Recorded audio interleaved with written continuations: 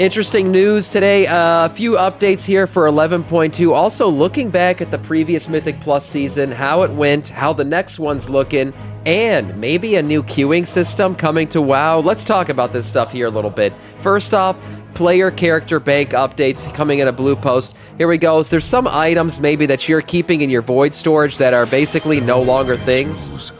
Ooh, coming in with the sub Namo lock. Thank you so much, man. Deathnet of our Scourge for the last 6 months. I appreciate that. Basically, some items in your void storage that Blizzard has deleted from the game or are no longer active in the game. Those will be deleted soon in the coming updates. So if you have some of these random gray items that aren't even really equipable anymore, those will no longer be in your void storage. So kind of Blizzard clearing the bags for some people who have some really ancient shit. Also, a 100k item gold sync coming in patch 11.2. That's right, Blizzard always adds in these gold sinks. Typically they're mounts or something else, a way to kind of clear the gold out after the expansion.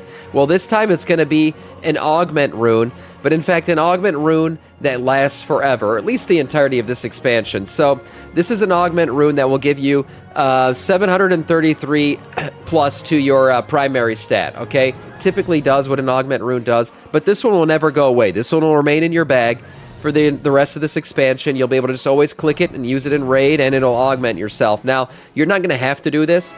To get this Augment Rune, first off, you're going to need 100k gold. Also, reach rank 18 with the new Koreshi, raid renown track. So that's going to be something you'll have to do. But if you just want to avoid spending 100k gold, you can get your Augment Runes the regular way as well. By killing the Mana Forge Vandals, this will get you... sorry, not by killing the Mana Forge Vandals. By getting rank 9 with the Mana Forge Vandals and killing the new 3 Demon Hunter bosses, they will give you the Soul Forge Augment Runes, so you can go around and kill those guys every week, get yourself Augment Runes like you've typically done, and use them. Or you can get this eternal one that'll last you basically the rest of this expansion. So, yeah, kind of like... Did Dragonflight have one too that you could pay off? I wasn't aware of that, but yeah, a 100k gold Augment Rune. Getting this, it'll obviously persist through death, and it'll still remain in your bag, so you can always use it. An interesting gold sync coming in here. Also, Mythic Plus. How did it look? How does it seem looking back? Let's look at the stats, compare this Mythic Plus season that we just finished to the previous ones, and see how it all panned out. So looking at Dragonflight, looking at the War Within Season 2, we can see here the blue line. It actually finished higher than War Within Season 1. It also finished higher than Dragonflight Season 4.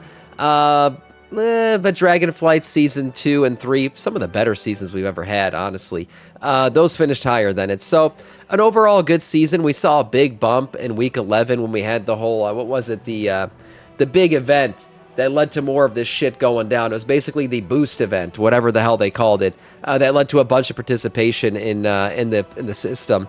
Overall, I think it was a decent season. The balance overall was pretty good. We can look right here in terms of balance and completed keystones and how people were running across the board when it comes to all the dungeon pool and everything else. It was a well-balanced season. We didn't have a miss at Tyrannocyte where people just running this shit like crazy.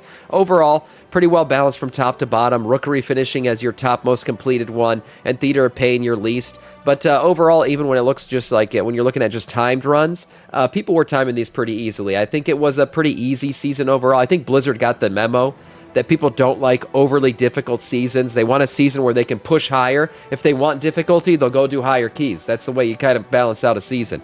So overall, a well-balanced season, not a difficult season. And I look back at it pretty fondly. I think it was a decent season overall. Looking at the numbers, we can see in terms of key completions and everything else, you got your key level here finishing out 22 was the highest key completed. 4 of 4, whoever this group was, they probably were one group of people doing them. 100% completion rate on those. Overall, obviously, you see the most completed keys are typically your plus 12s and your plus 10s. Those were for both your vault and for people pushing to that 3k IO. That's why you got those big peaks there. Overall, I think that 3k IO item, the Black Spider was a really good addition to the game. It really kept people playing Mythic Plus and pushing higher. I hope they continue to do it. In fact, we do know they're going to do it in Season 2 or Season 3 coming up. So there will be another 3k IO reward. Good to see for that. And overall, I think we learned some things from this season. I think Blizzard learned some things from this season. And good stuff looking back on. Hopefully they can carry it forward with some momentum into Season 3.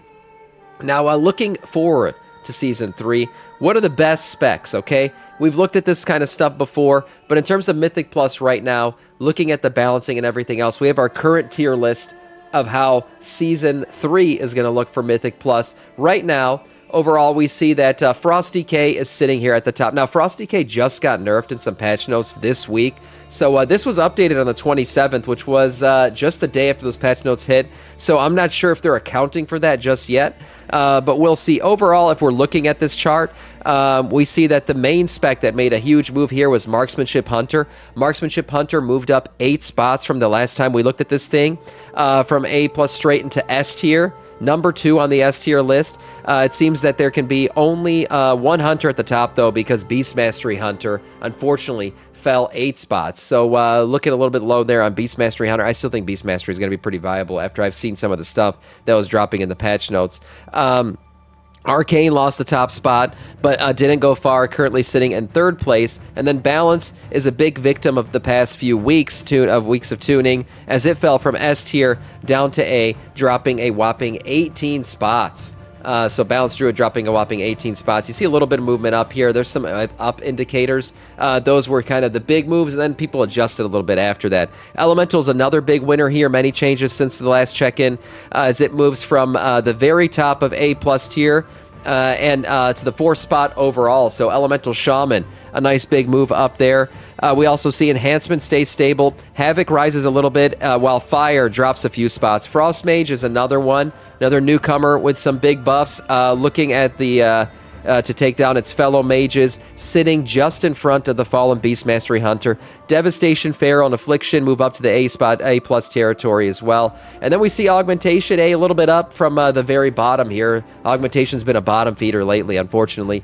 They moved up a little bit. They saw some buffs across the board. They get that 8% bonus to 8% buff to all damage across the board for Augmentation. So that caused them to move up just a little bit. Again, this is a tier list. Take it with a grain of salt. Play whatever class you like. If you're good at the class, most likely you will outperform other people who just try to play the S tier classes and they're not actually good at them. So that's your overall look at Season 2. I should say Season 3. But how are we going to queue for Season 3? Right, the queue system in WoW currently is based on a few things. It's based on your current rating in the season, and it's based on your item level, okay? That's what people see when they see you queue up. And that's what people make their determinations on a lot of times, on whether or not they're going to invite you. Well, this person put up, his name is Njara H, or Enjaner, I don't know how you say their name. But they had a Reddit post that had 18k upvotes on a new system that they believe would help WoW's queuing system. And the way this works basically is, if you've played Overwatch before or anything like that, you know about that kind of system where at the end of a match, you can upvote people who were like just a pleasure to play with, right? They were nice people to play with. It's kind of like a reputation system between other players. Well, this guy created that same system in WoW. And basically what he wants to do with the system that he outlined here is he thinks players should not feel pressure to have to prove their worth every game. This pressure seems to be the primary cause of toxicity when someone has a bad game.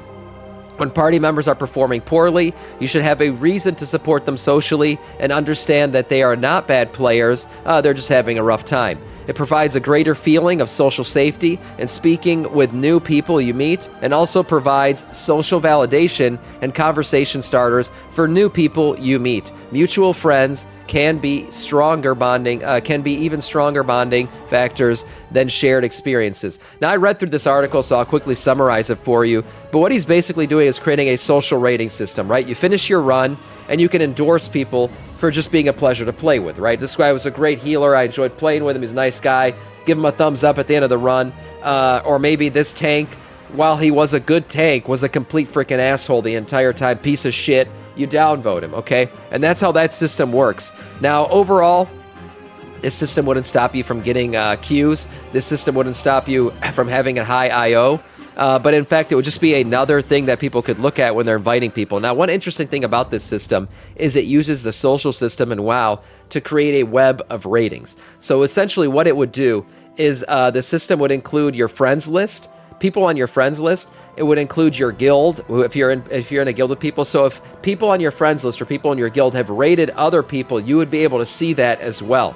So the web would kind of expand from there. Whereas if somebody queues up and your friend has given him a good rating, you would have an indication that, hey, your friend on your friends list gave this person a good rating, or somebody from your guild gave this person a good rating. It doesn't necessarily have to be a number. He kind of also talked about it being like a color indication, maybe like they have a little green dot by their name if they're a highly rated person, or a red dot by their name if they're a complete asshole. Overall, the system could work in both PvP and PvE. Looking across the board, again, PvP would be a little bit harder to do because those are kind of quick matches.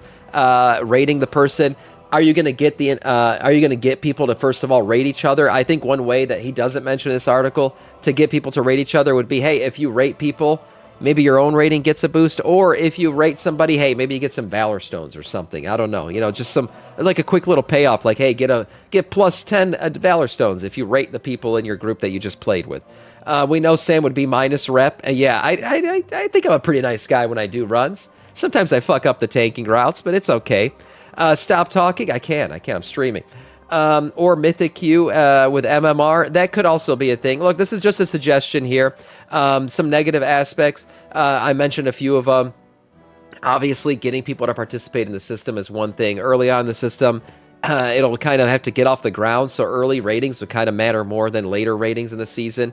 This particular, he mentions it as maybe being account-wide rather than character-bound, so some jerk can't go make an ult and start doing it all over again. Essentially, this would be a account-wide thing and go beyond any single season. So this would just be kind of your reputation carrying on forever. If you get a bad rep, I mean, too bad, don't be a dick. I guess that's the way you can look at it. Overall, I think this system could help.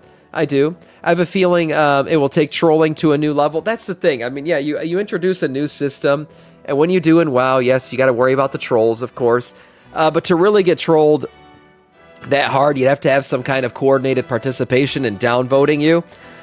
Will players use it more as a skill system than an actual, like, pleasure system, like you were a nice person to play with, but instead, hey, this guy sucks, he doesn't know how to play the game, I'm going to downvote him?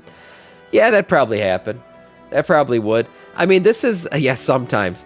This is an overall rating system that could just be additional to what we already have. Some people have been trying to come up with ideas. I haven't thought of a good one in terms of queuing and how it could work.